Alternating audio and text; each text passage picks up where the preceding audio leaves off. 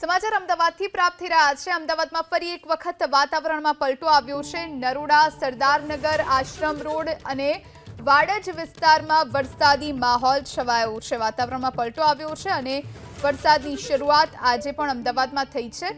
પૂર્વ વિસ્તારમાં વરસાદી માહોલ જોવા મળી રહ્યો છે। અમદાવાદમાં સતત બીજા દિવસે વરસાદી ઝાપટા। નરોડા, સરદારનગર, આશ્રમ રોડ વિસ્તારમાં વરસાદ છે। વાડજ, રાણીપ અને ઘાટલોડિયામાં પણ વરસાદી માહોલ જોવા મળી રહ્યો છે। ક્યાંક ધીમી ધારે વરસાદની શરૂઆત થઈ। સંવાદદાતા કુશાંક સોની ફોન લાઈન પર જોડાયા છે। કુશાંક, કયા વિસ્તારમાં અત્યારે વાતાવરણમાં પલટો? બિલકુલ, ગઈકાલે આ જ સમયે અમદાવાદના પશ્ચિમ ઝોનમાં વરસાદનું જોર વધ્યું જોવા મળ્યું હતું। આજે અમદાવાદના ઉત્તર ઝોનમાં વરસાદનું જોર વધારે જોવા મળ્યું છે। નરોડા, સરદારનગર, એરપોર્ટ રોડ, આશ્રમ રોડ, વાડજ, નવા રાણીપ સહિતના વિસ્તારો છે ત્યાં આગળ વરસાદના ઝાપટા મધ્યમથી ભારે પડી રહ્યા છે અને સમગ્ર દિવસ દરમિયાન આ પ્રકારે વરસાદના ઝાપટા યથાવત રહે તે પ્રકારનું અનુમાન લગાવવામાં આવ્યું છે।